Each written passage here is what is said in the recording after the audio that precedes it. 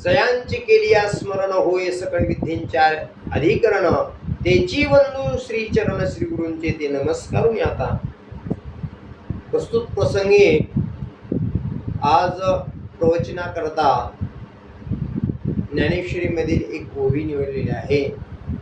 ती ओवी अशी आहे, जे जे भेटे भूत ते ते मानिजे भगवंत, हा भक्ती योग निश्चित जाण माझा. ज्ञानोबाने सांगतात, जे जे भेटे भूत ते ते मानिजे भगवंत, हा भक्ती योग निश्चित जाण माझा.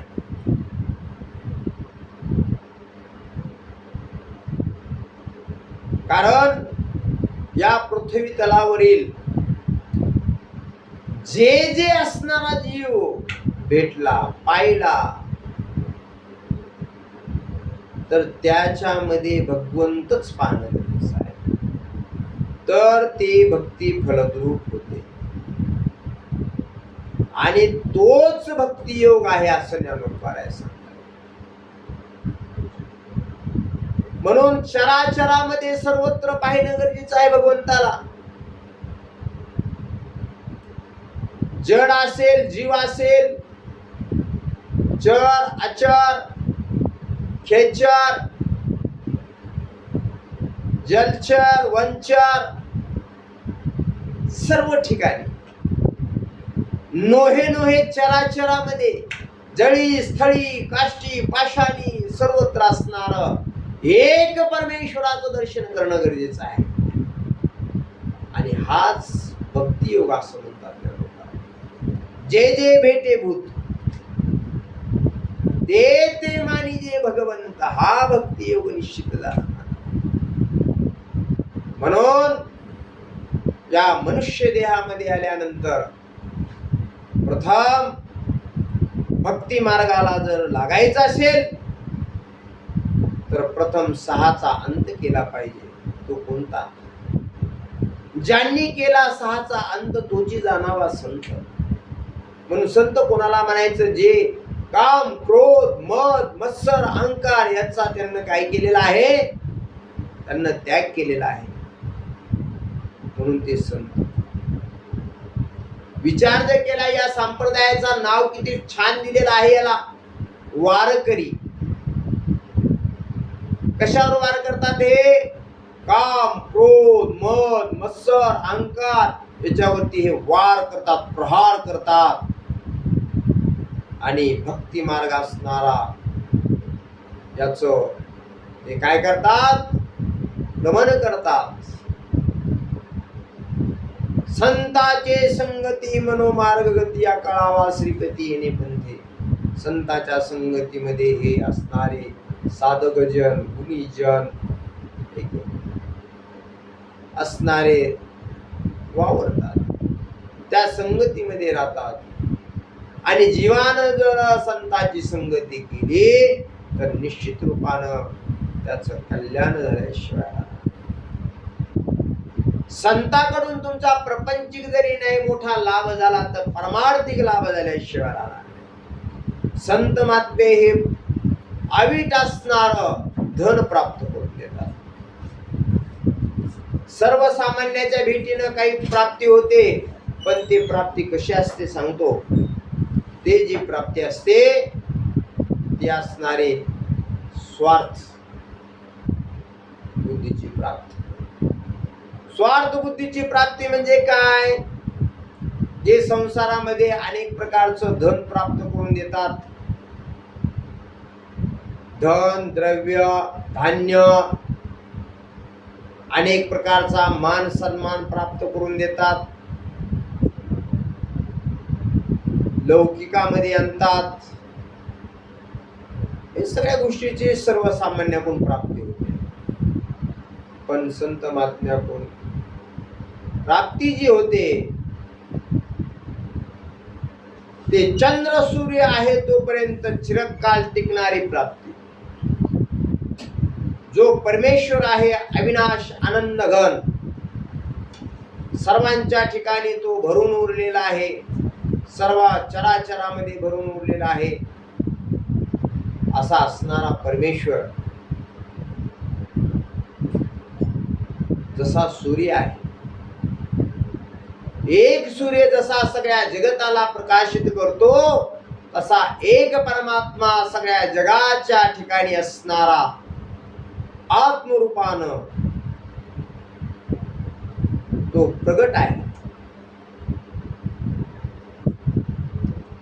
जसा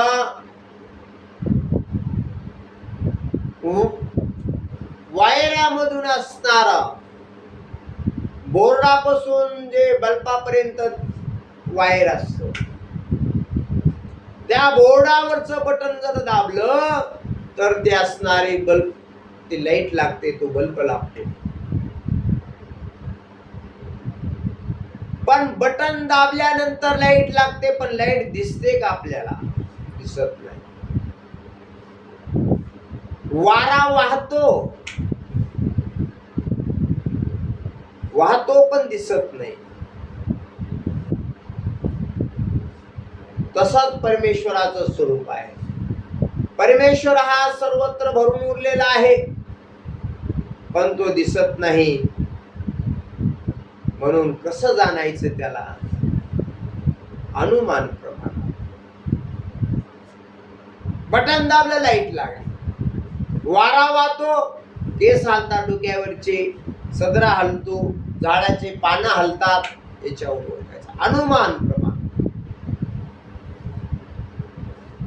म्या बोलिल्या वेद बोले, म्या चालविल्या सूर्य चाले, म्या हलविल्या प्राण हाले, ऐसा जगाते चालिता. अशा प्रकारचं भगवंताचं सामर्थ्य कृत्रिम अन्यथा कृत्रिम अकृत्रिम अन्यथा कृत्रिम असणारं सामर्थ्य भगवंताचं आहे. आणि परमेश्वराच्या कृपेनं संतापाशी पण तेच सामर्थ्य आहे. कारण या पृथ्वीवरील बलवानामध्ये बलवान जर असतील, वीरामध्ये वीर असतील, तर आम्ही बळी वीरगाडे. या पृथ्वीवरती सर्वात बलवान जर असतं तर आम्ही आहोत. देवते संत निमित्त मात्र प्रतिमा. म्हणून संत महात्म्याचं एकच सांगणं आहे की हा जन्म भेटलेला वाया घालू, तो परमार्थाच्या ठिकाणी लावा. भगवंताचं नामचिंतन करा, भगवंताची प्राप्ती करून घ्या, आणि हा जन्म पुन्हा नाही. म्हणून परत परत संत महात्मे सांगतात, नोहे नोहे ज्ञानोबरायापासून तुकोबरायापर्यंत अनेक संत अवताराला आले. ते काही इथं संसार करण्यासाठी आले नव्हते. ते आले फक्त तुमचा आमचा उद्धार व्हावा,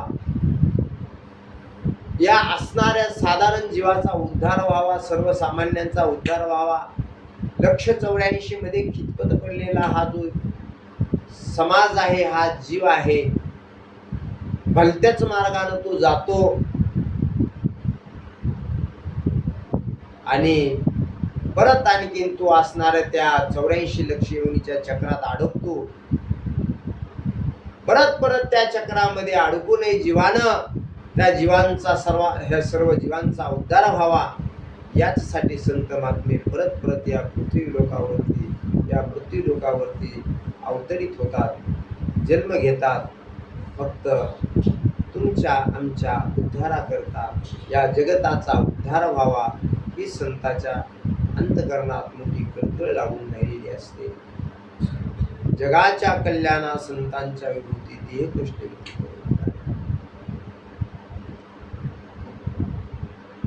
जे जे भेटे, जे दृष्टी दिशे ते हरिल. म्हणून दृष्टीनं जे पाहिलं ते आपल्याला हरिल दिसलं पाहिजे. पण ही जी दृष्टी असते ना, ती संत महात्म्यापाशी असते ना.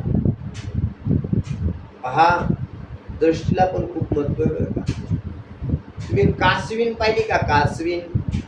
कासवीन फक्त त्या पिल्लाकडं पाहते, पिल्लाची आणि कासविनीची दृष्टी मिळाली की त्या पिल्लाचं पोट भरतं. जसं संत महात्म्यानं सामान्य जीवाकडे पाहिलं की त्या सामान्य जीवाचा उद्धार झाला म्हणायचं. कृपा कटाक्ष न्याहाळले आपले पदी बैसविले, असे असणारे संत महात्मे आहेत. म्हणून संत संगतीचं खूप महत्व आहे आणि हे महत्व कळण्यासाठी संतांची संगती करावी लागेल, तरच ते महत्व कळेल. आणि एक बोलू इच्छितो, करता आलं तर चांगलं करावं, पण कुणाचं वाईट करू नये. कारण जसं कर्म तसं फल असतं. आपण ज्या प्रकारे आपण कर्म करतो, जसं कर्म आपण करतो तसंच फलप्राप्ती भेटते. म्हणून हा जन्म आहे मनुष्याचा. भगवंतानं आपल्याला सगळ्यात जास्त अक्कल दिलेली आहे. ती कशासाठी? की त्याला ओळखण्यासाठी. इतर जीवाचा जर विचार केला 184चा, तर तो त्याला काही समजत नाही, त्याला ज्ञान नाही परमेश्वराचं. भक्ती कशाला म्हणतात काय? काही नाही, फक्त खाणं पिणं बस आणि झोपणं एवढंच आहे त्यांचं. बाकी इतर सगळे आले गुण त्यांच्यामध्ये. बाकी पण मनुष्य देहामध्ये आल्यानंतर फक्त मनुष्य देहालाच अधिकार आहे परमेश्वराची भक्ती करण्याचा आणि परमेश्वराला प्राप्त करून घेण्याचा. म्हणून संतांची संगती खूप गरजेची आहे. म्हणून ज्ञानोबाराय सांगतात, जे जे भेटे भूत ते ते मानिजे भगवंत, हा भक्ती योग निश्चित झाला माझा. म्हणून आपल्याला जी जी भूत मात्र या पृथ्वीवर दिसेल, मग तो मनुष्य असो, स्त्री असो, पुरुष असो, आहे की नाही, मनुष्य, स्त्री, आहे की नाही, बालक असो किंवा वृद्ध असो किंवा पशु पक्षी, काही असो, या पृथ्वीवरती जे भेटेल ते भूत, म्हणजे समस्त आलं ते भूत, समस्त भूत मात्र. आणि ते भूत मात्रा, त्या भूतमात्राच्या ठिकाणी भूत स्वरूप पाहावं. ज्यावेळेस सद्गुरूचा साक्षात्कार असणारा नामदेवरायांना झाला, त्यावेळेस त्यांनी कुत्र्यामध्ये देव पाहिला. नंतर असणारे जनार्दन स्वामीच्या कृपेनं एकनाथ महाराजांना गुरुप्रसाद मिळाल्यानंतर त्यांना पण ज्यावेळेस काशीहून रामेश्वरात तिथलं तीर्थ आणलं होतं, रामेश्वराचा अभिषेक करण्यासाठी चालत येत असताना जंगलामध्ये एक कासावीस झालेलं गाढव तहानेनं तडफडत होतं. हे दृश्य असणारं एकनाथ महाराजांनं पाहिलं आणि ते असणारं कमंडलू मधलं तीर्थ जे रामेश्वराच्या अभिषेकासाठी आणलेलं होतं, ते तीर्थ असणारं गाढवाला पाजलं, कारण त्या गाढवामध्ये परमेश्वराला पाहिलं. अशी विशाल दृष्टी असणं गरजेचे आहे जीवापाशी, प्रत्येक जीवापाशी. संत महात्म्यापेक्षा तर आहेच, आणि आहे म्हणूनच ते जगाचा उद्धार करू शकतात आणि म्हणूनच त्यांना संत म्हणतात. म्हणून परत परत सांगतो की संत महात्म्याची संगती करा. दररोज ज्ञानेश्वरी वाचा, तुकाराम महाराजचा गाथा वाचा, एकनाथ महाराजचं भागवत वाचा आणि आपला उद्धार करून घ्या. संतांच्या संगतीमध्ये राहा. पंढरीची वारी करा, आळंदीची वारी करा, देहूची करा, पैठणची करा आणि आपला उद्धार करून घ्या. आणि याच्यातच खरं आपलं परम कल्याण आहे, कारण हा जन्म पुन्हा नाही. म्हणून या जन्माचं मूल ओळखा आणि आपलं सार्थक करून घ्या. हेच ज्ञानोबाराय पण या ओळीमध्ये सांगतात. जे जे भेटे भूत ते ते मानिजे भगवंत, हा भक्ती योग निश्चित झाला माझा. म्हणून सतत असणारे साधू संतांच्या संगतीमध्ये राहिल्यानंतर आपला परमार्थ हा टिकून राहतो.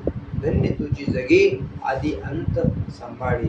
म्हणून सुरुवात ते शेवटपर्यंत परमार्थ जोपासला पाहिजे, भक्ती केली पाहिजे, संतांची संगती केली पाहिजे आणि भगवंताची भक्ती भजन कीर्तन नामस्मरण केलं पाहिजे.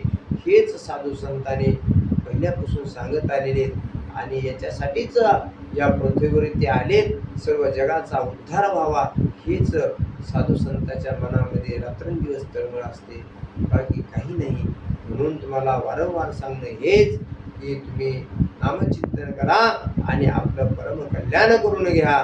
कारण याच जन्मामध्ये नराचं नारायण होता येतं, म्हणून नराचं नारायण व्हा हेच माझं म्हणणं आहे. आणि अशा प्रकारे भक्ती करा, अद्वैत भक्ती करा, द्वैत भक्ती नको, आहे की नाही. दंभ अहंकार जवळ ठेवू नका. आपला असणारी भक्तीचा मार्ग असणार